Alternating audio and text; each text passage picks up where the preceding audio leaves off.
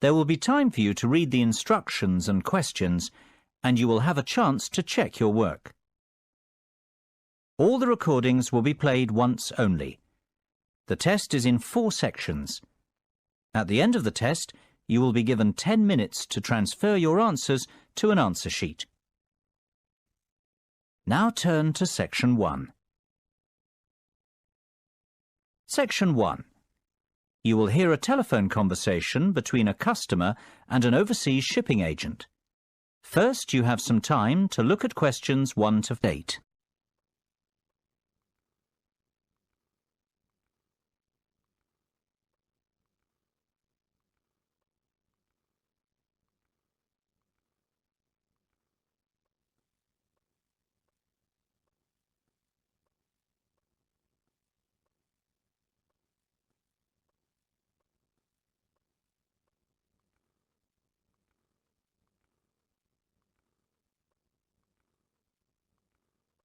You will see that there is an example that has been done for you. On this occasion only, the conversation relating to this will be played first. Good afternoon, Denham's Shipping. How can I be of service? Well, I wish to inquire about sending a container of personal items from the UK to Ireland. The customer wants to send his container to Ireland, so the country of destination is Ireland. You should answer the questions as you listen, because you will not hear the recording a second time. Listen carefully and answer questions 1 to 8. Good afternoon, Denham's Shipping. How can I be of service? Well, I wish to inquire about sending a container of personal items from the UK to Ireland. No problem. Would you like me to give you an estimate of the cost? Yes, please. Well, first of all, may I take your details? Of course. My name's Tim Lafferty. Could you spell your surname for me, please, Tim? Yes, it's Lafferty. Lafferty. Thank you, Tim. Now, where would you like us to pick your container up from? My university, if possible. OK. Let me make a note of the address. It's Abbeyfield University. Is that Abbeyfield?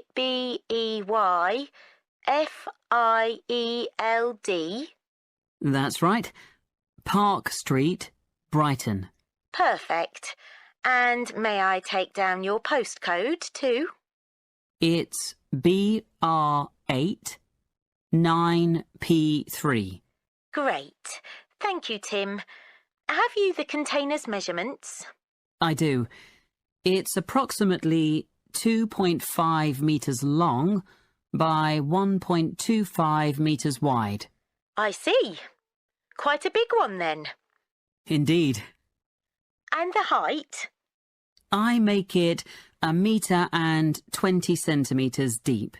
So that's 2.5 by 1.25 by 1.2. Right. And what will actually be in the box, Tim? Oh, mostly old uni books. OK.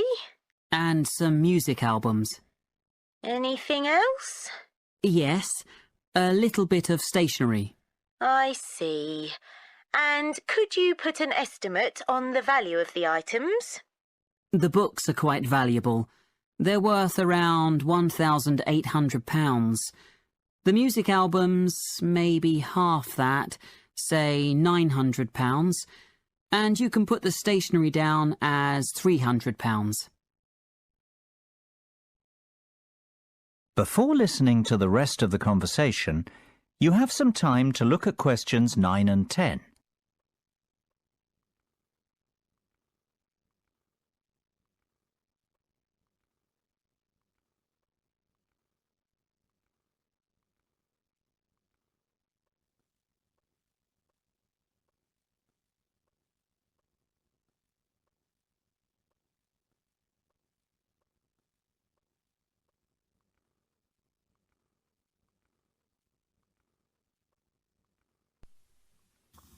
Now listen and answer questions 9 and 10.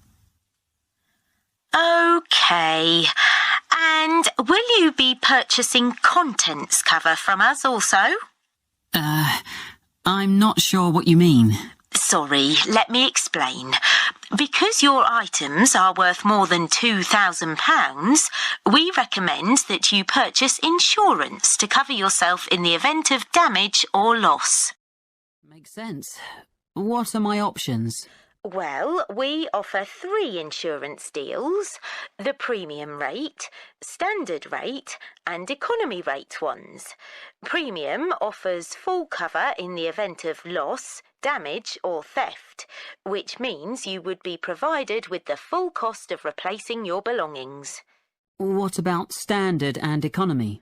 Standard will give you today's value, the second-hand value of your belongings, and economy provides you with a fixed payment of £1,000 in the event of loss, damage or theft. Well, I can afford to live without those books, to be honest. So just give me the cheapest option. We recommend standard cover for all our customers. No, thank you. That won't be necessary. The cheapest option will be fine. No problem. And one last thing, will you be needing delivery at your office, at your house, or do you intend to pick up your container at the port? Home delivery would suit me best, I think. We'll get that process for you. That's the end of section 1. You have half a minute to check your answers.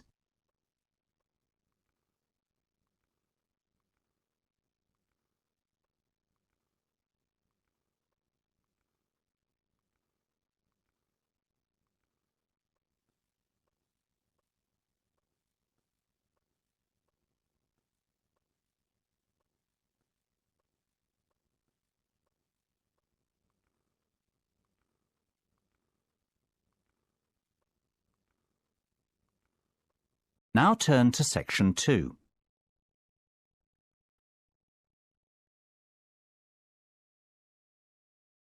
Section 2. You will hear a tour guide talking to her tour group.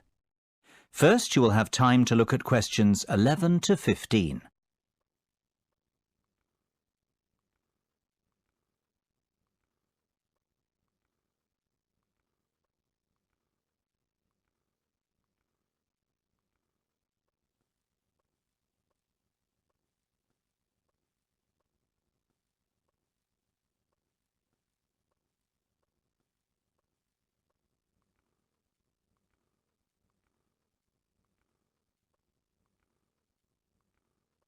Now listen carefully and answer questions 11 to 15. Well, we certainly have a busy day ahead of us, so let's get started, shall we? You'll find a map of the museum with the itinerary I've just handed out. The museum's our first port of call, so let's have a look at the map now. The door on the right of the entrance hall leads into the gift shop and ticket centre.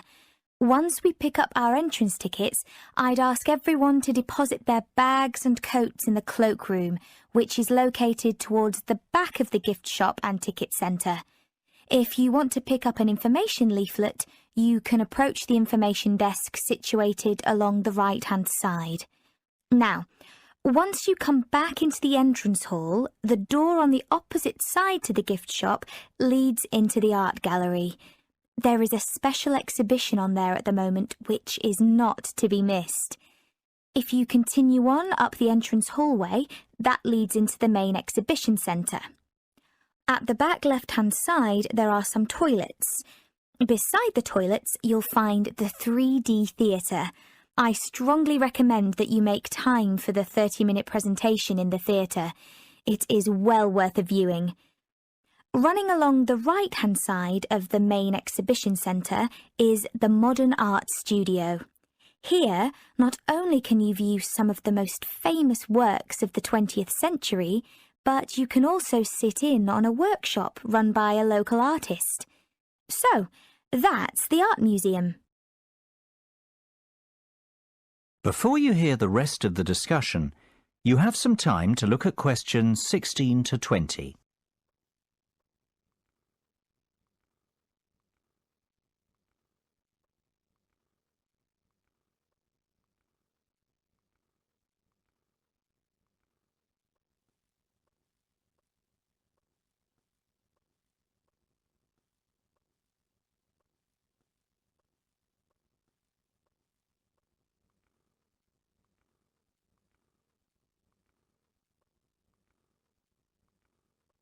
Now listen and answer questions 16 to 20. Next on the itinerary is the aquarium. Depending on how long we spend at the museum, we might have to give this one a miss.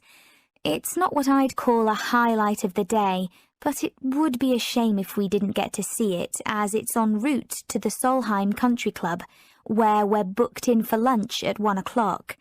Originally, we had planned to stop off at the Milltown Winery afterwards, but we've had to scrap that plan. Otherwise, we'd never get to the Zoological Gardens before closing time. We have pre-booked the gardens and must be there by 2:30, so no dilly-dallying please after lunch. Straight back onto the bus.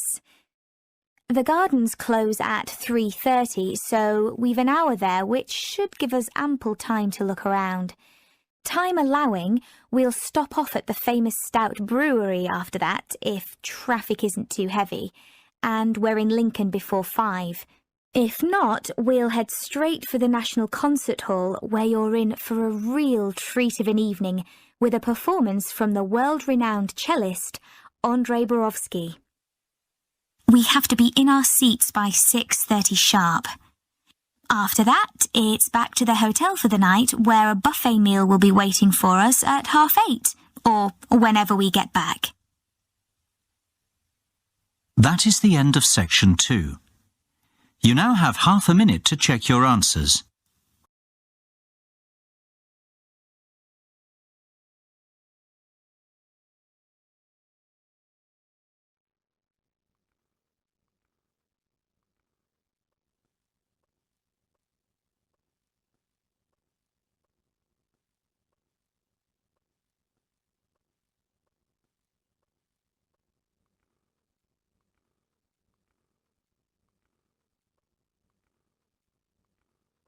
Now turn to section 3.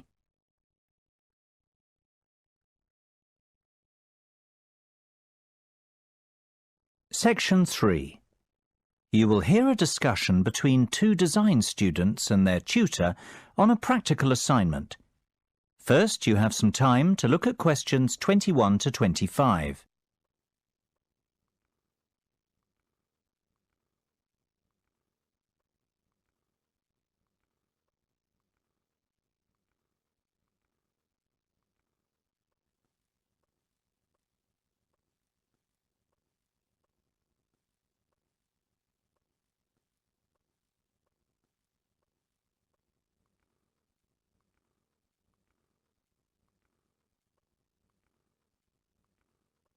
Now listen carefully and answer questions 21 to 25. So, have you chosen a product yet? I think so. We'd like to build a gyroscopic exercise aid. Sounds interesting. Tell me more. Well, we did some research and were amazed to discover the sheer range of applications for gyroscopic technology. Gyroscopes are used in laser and optical devices and can be found in many consumer appliances too. Right. Tell me about this product specifically, though. The aim of the assignment is to create something practical, functional and beneficial for consumers. Justify your decision. Well, we believe we can design and build a cheap and effective muscle strengthening aid by taking advantage of the inertial forces created by a gyroscope. Yes. What we want to do is design a ball which can be held in the palm. Within the ball, there will be a simple gyroscope. This gyroscope can be set in motion by movement of the lower arm and wrist together in sync. The device will not require any external power source because it will be sustained by the movement of the arm and wrist. This will create considerable resistance and an excellent lower arm strengthening aid. It will be simple to design and cheap to produce, yet extremely effective. This all sounds very good. I'm impressed. Thanks, Mark. We're glad you like it. I think we're really onto something here. Our research has told us there's nothing comparable in the market and that a product like this would have multiple uses. Not only could it be used as an everyday toning and exercise device, it could also be beneficial to people in rehabilitation who have suffered serious lower arm injuries. We see the product being marketed towards high-performance athletes, like tennis and golf players, for whom lower arm strength is vital too. Before you hear the rest of the discussion, you have some time to look at questions 26 to 30.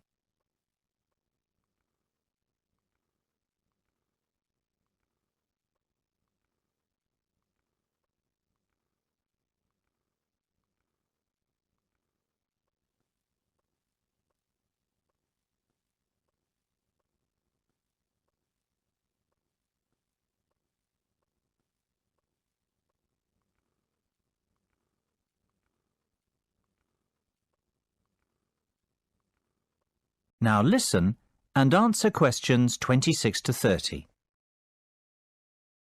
I've heard enough to give your project the go-ahead. Now, let's talk costs. Right. Well, we estimate that around £3,000 will be required for product development. You mean to build the prototype? Exactly. And we'll need half that again to carry out some product testing.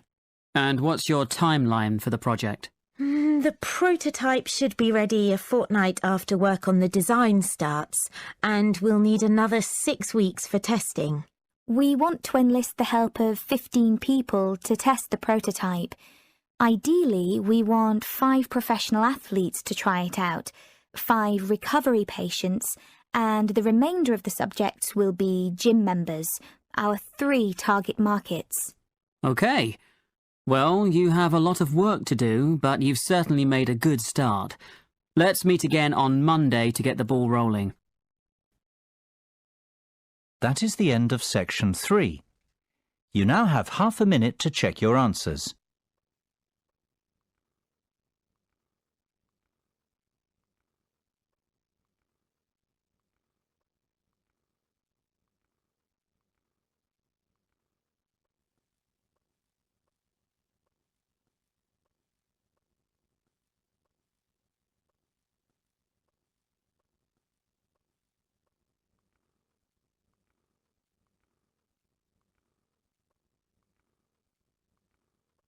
Now turn to section 4.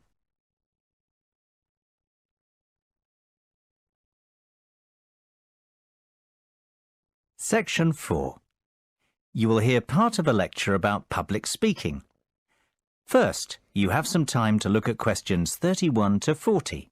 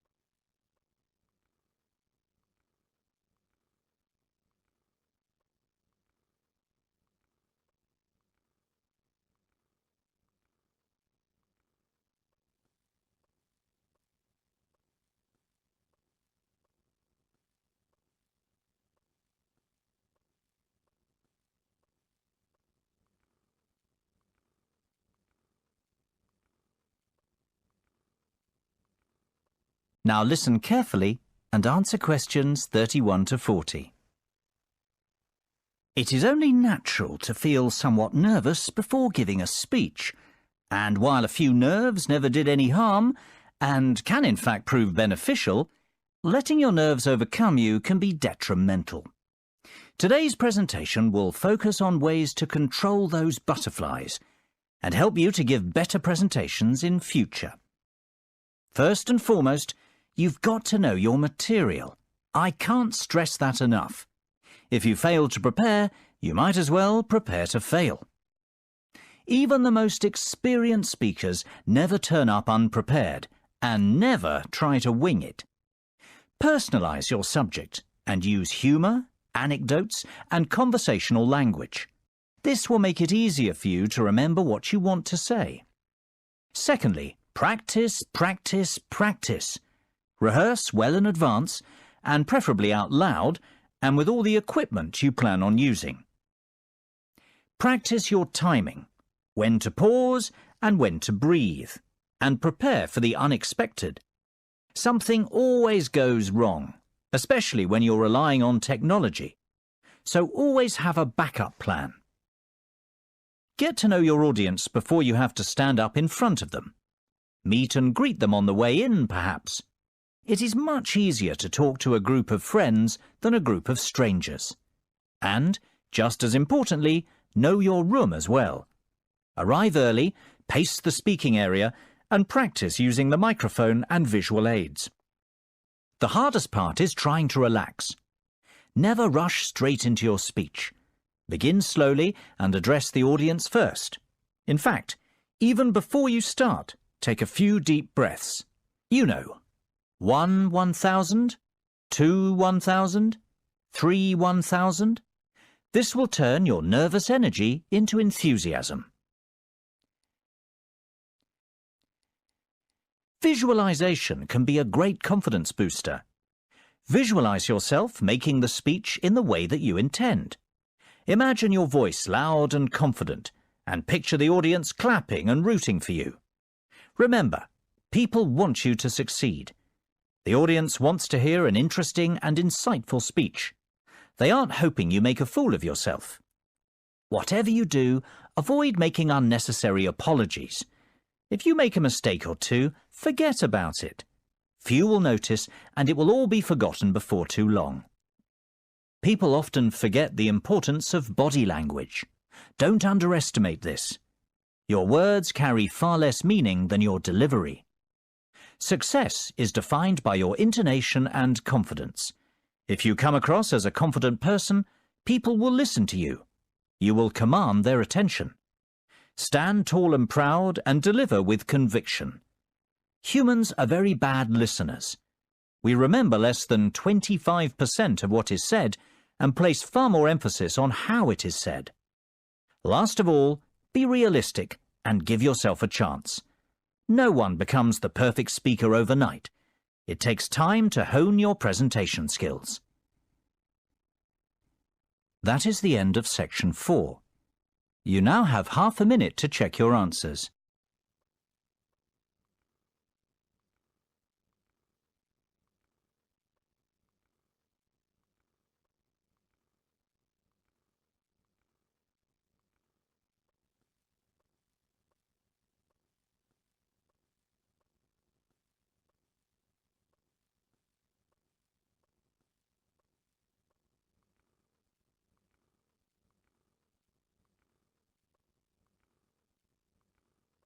That is the end of the listening test.